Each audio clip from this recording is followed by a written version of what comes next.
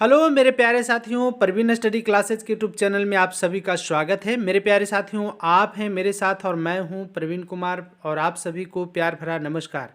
मेरे प्यारे साथियों, आज के सेशन में, आज के डिस्कशन में बहुत ही इंपॉर्टेंट प्रश्न हैं। ज्योग्राफी के बहुत सारे इंपॉर्टेंट प्रश्न हैं जो आपको कहीं ना कहीं एग्जाम पॉइंट ऑफ व्यू से बहुत ही महत्वपूर्ण है। तो मेरे प्यारे साथियों, यदि आप चैनल पर नए हैं तो चैनल को सब्सक्राइब कर लीजिए, साथ ही साथ दोस्तों को शेयर भी कर दीजिए और बेल आइकन को प्रेस करना न भूलिए। मेरे प्यारे साथियों, आप हमारे टेलीग्राम चैनल से भी जुड़ सकते हैं। प्रतिदिन हमारे टेलीग्राम चैनल पर करंट अफेयर्स का रिवीजन, साथ ही साथ स्टैटिक जीके के क्यूज भी कराए जाते हैं जो आने वाले एग्जाम के दृष्टिकोण से काफ़ी महत्वपूर्ण होते हैं। तो हमारे टेलीग्राम चैनल से जुड़ना न भूलें। चलिए मेरे प्यारे साथियों, शुरू करते हैं आज के पहले प्रश्न और देखते हैं हम लोग पहले प्रश्न के बारे में क्या है। कहता है कि भारत चीन की सीमा कितना किलोमीटर लंबी है। तो भारत चीन की सीमा कितना किलोमीटर लंबी है? 3488 किलोमीटर, 1751 किलोमीटर, 699 किलोमीटर या 1643 किलोमीटर या 3323 किलोमीटर। तो मेरे प्यारे साथियों, भारत और चीन की सीमा कितना किलोमीटर लंबी है? तो इसका सही जवाब होगा 3488 किलोमीटर भारत और चीन के बीच सीमा लगता है। और भी दिख रहे हैं 1751 किलोमीटर। 1751 किलोमीटर जो है भारत और नेपाल के बीच लगने वाली सीमा है। 699 किलोमीटर की बात करें तो 699 किलोमीटर भारत और किसके? भूटान के बीच लगने वाली सीमा है। मतलब भारत और भूटान के बीच 699 किलोमीटर की सीमा बनती है। 1643 की बात करें तो 1643 भारत और म्यांमार किसके बीच? भारत और म्यांमार के बीच 1643 किलोमीटर की सीमा लगती है। और 3323 किलोमीटर की बात करें तो 3323 किलोमीटर भारत और किसके बीच? भारत और पाकिस्तान के बीच लगने वाली सीमा है। और भारत और किस देश की सीमा जो है सबसे अधिक लंबी है? तो भारत और बांग्लादेश के बीच सबसे अधिक सीमा लगती है 4096 किलोमीटर। यदि विश्व की बात करें तो विश्व की सर्वाधिक लंबी सीमाओं वाला देश कौन है? तो कनाडा। कौन है? कनाडा। चलिए अगले प्रश्न की बात करते हैं। कहता है 0 डिग्री देशांतर निम्न में से किससे होकर गुजरती है? 0 डिग्री देशांतर आप जानते हैं किधर से किधर की ओर खींचा जाता है।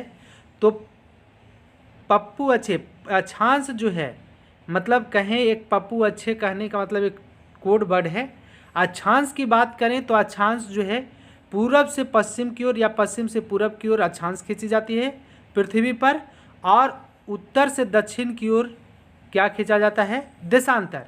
तो मेरे प्यारे साथियों, ये मान लेते हैं सपोज पृथ्वी है और उत्तर से दक्षिण की ओर जो खींची गई उसी को देशांतर कहते हैं, और पूरब से पश्चिम जो खींची जाती है उसको कहते हैं हम लोग अक्षांश, लैटिट्यूड, और इसको कहते हैं लॉन्गिट्यूड।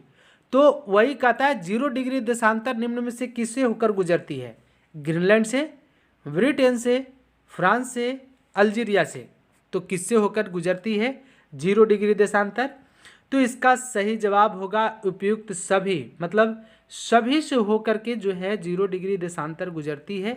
और भी कई देश हैं जैसे ग्रीनलैंड हो गया, ब्रिटेन हो गया, नॉर्वेजियन सागर हो गया, फ्रांस हो गया, अल्जीरिया हो गया, और स्पेन, माले, बुर्किना फासो, घाना दक्षिण अटलांटिक महासागर से होकर के 0 डिग्री देशांतर गुजरती है। कौन कौन? ग्रीनलैंड, ब्रिटेन, फ्रांस, अल्जीरिया, घाना, दक्षिण अटलांटिक महासागर, माले, बुर्किना फासो।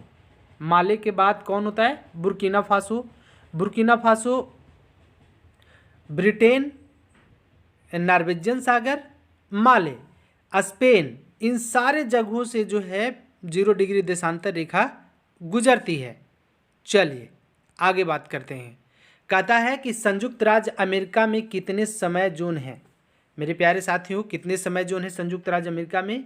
7, 11, 3 या 4? कितने समय जोन है? तो संयुक्त राज्य अमेरिका में 7 समय जोन है। कितने समय जोन है? 7 समय जोन है।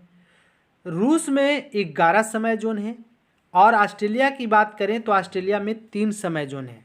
ये समय जोन होता क्या है, तो किसी प्रदेश को कई समय जोनों में बांटने को ही समय जोन कहते हैं। जैसे मान लेते भारत में अभी तक केवल एक ही समय जोन है, यहाँ भी कई वर्षों से कई अलग अलग समय जोनों की मांग की गई है। जैसे भारत के अरुणाचल प्रदेश के किबिथु में 2 घंटा पहले सूर्योदय होता है, तो वहाँ के व्यक्ति 2 घंटा पहले जग जाते हैं। और वहीं कहें गुजरात, तो गुजरात में जो है 2 घंटा बाद सूर्यास्त होता है। तो यहाँ पर भी विषमता देखने को मिलती है। इस कारण से यहाँ भी समय जोनों की मांग उठ रही है। चलिए, तो सबसे अधिक समय जोन किस देश में है? रूस में है, क्योंकि रूस जो है क्षेत्रफल की दृष्टि से सबसे बड़ा देश है विश्व में।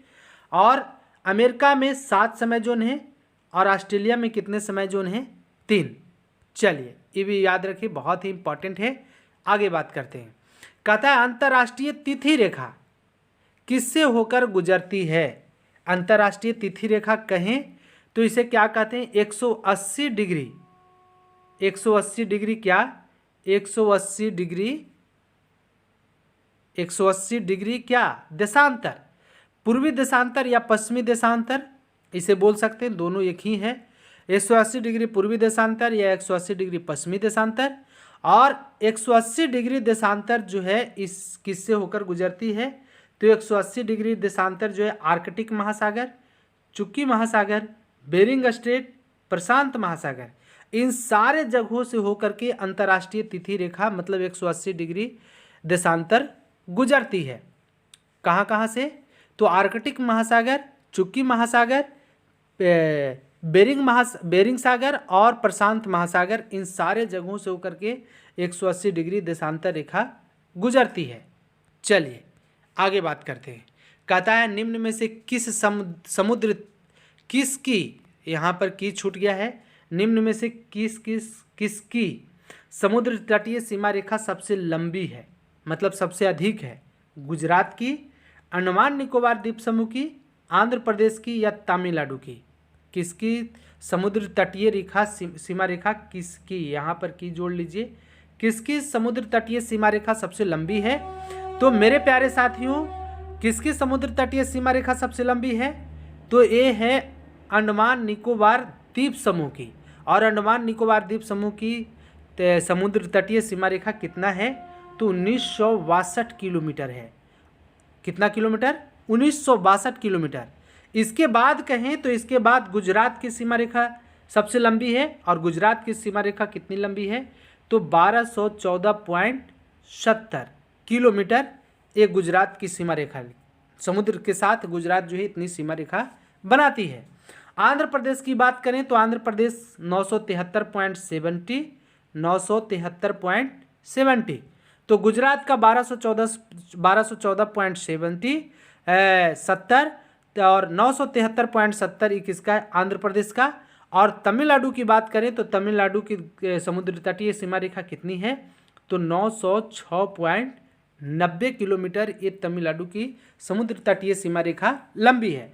तो जब अंडमान निकोबार द्वीप समूह, ये अंडमान निकोबार द्वीप समूह क्या है? यूनियन टेरिटरीज में है। तो यूनियन टेरिटरीज को भी शामिल कर लिया जाए तो सबसे बड़ी समुद्र तटीय सीमा रेखा जो है अंडमान निकोबार द्वीप समूह की है, और कितना है? 1962 किलोमीटर। चलिए आगे बात करते हैं अगले प्रश्न की। कहता है चौराबाड़ी ग्लेशियर कहाँ स्थित है? चौराबाड़ी ग्लेशियर कहाँ स्थित है? उत्तराखंड में, उत्तर प्रदेश में, जम्मू कश्मीर में या हिमाचल प्रदेश में? तो चौराबाड़ी ग्लेशियर कहाँ स्थित है? तो मेरे प्यारे साथियों, चौराबाड़ी ग्लेशियर जो है उत्तराखंड के रुद्रप्रयाग जिले में केदारनाथ मंदिर से 4 किलोमीटर उत्तर में स्थित है। कहाँ? उत्तराखंड के रुद्रप्रयाग जिले में केदारनाथ मंदिर से 4 किलोमीटर उत्तर में स्थित है। इस ग्लेशियर के पिघलने से एक झील का निर्माण हुआ है। उस झील का नाम बताएं तो उस झील का नाम है गांधी सरोवर झील। कौन सा झील? गांधी सरोवर झील। चलिए, तो चौराबाड़ी ग्लेशियर कहाँ स्थित है? उत्तराखंड में। और गांधी सरोवर झील जो है चौराबाड़ी ग्लेशियर में ही स्थित है। और चौराबाड़ी ग्लेशियर कहाँ स्थित है? उत्तराखंड में। चलिए आगे बात करते हैं। कहता है निम्न में से कौन सा युग्म गलत है? चुंबी घाटी, कहाँ है? चुंबी घाटी, मलना घाटी, मलना कहें या मालना कहें, यहाँ मालना घाटी, मरखा घाटी, कौन सा जुग्म गलत है? जुक्कू घाटी। जुक्कू घाटी नागालैंड में है क्या? मरखा घाटी लद्दाख, मालना घाटी हिमाचल प्रदेश, चुंबी घाटी मणिपुर। तो मेरे प्यारे साथियों, इसका सही जवाब होगा चुंबी घाटी। चुंबी घाटी मणिपुर न होकर के कहाँ है? तो चुंबी घाटी सिक्किम में स्थित है और इसी में चुंबी घाटी में ही नाथुला और जालपला दर्रा इसी घाटी में स्थित है। कहाँ? सिक्किम में चुंबी घाटी स्थित है और इसी घाटी में जलेपला और नाथुला दर्रा स्थित है।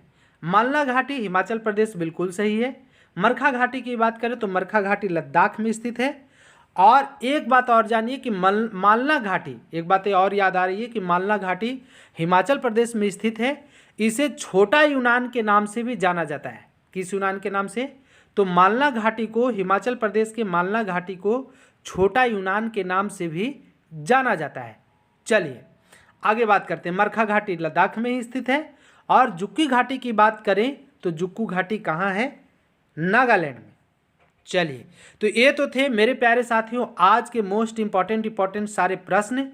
मुझे पूर्ण उम्मीद है कि आपको समझ में आए होंगे। यदि आए हैं तो चैनल पर नए हैं तो चैनल को सब्सक्राइब कर दीजिए, साथ ही साथ बेल आइकन को भी प्रेस कर दीजिए और दोस्तों को शेयर करना नहीं भूलिए। इतना काम जरूर करिए मेरे प्यारे साथियों। कोई भी वीडियोज बनाने में बहुत ही काफ़ी मेहनत लगता है, तो आप इतना ज़रूर करें कि चैनल पर नए हैं तो चैनल को सब्सक्राइब कर लें, साथ ही साथ बेल आइकन को भी प्रेस कर लें और प्रतिदिन हमारे साथ जुड़ करके आप इस तरह के इम्पॉर्टेंट प्रश्न को पढ़ सकते हैं। चलिए आज के लिए इतना ही। तब तक के लिए आप सभी को एक बार फिर से प्यार भरा नमस्कार। धन्यवाद।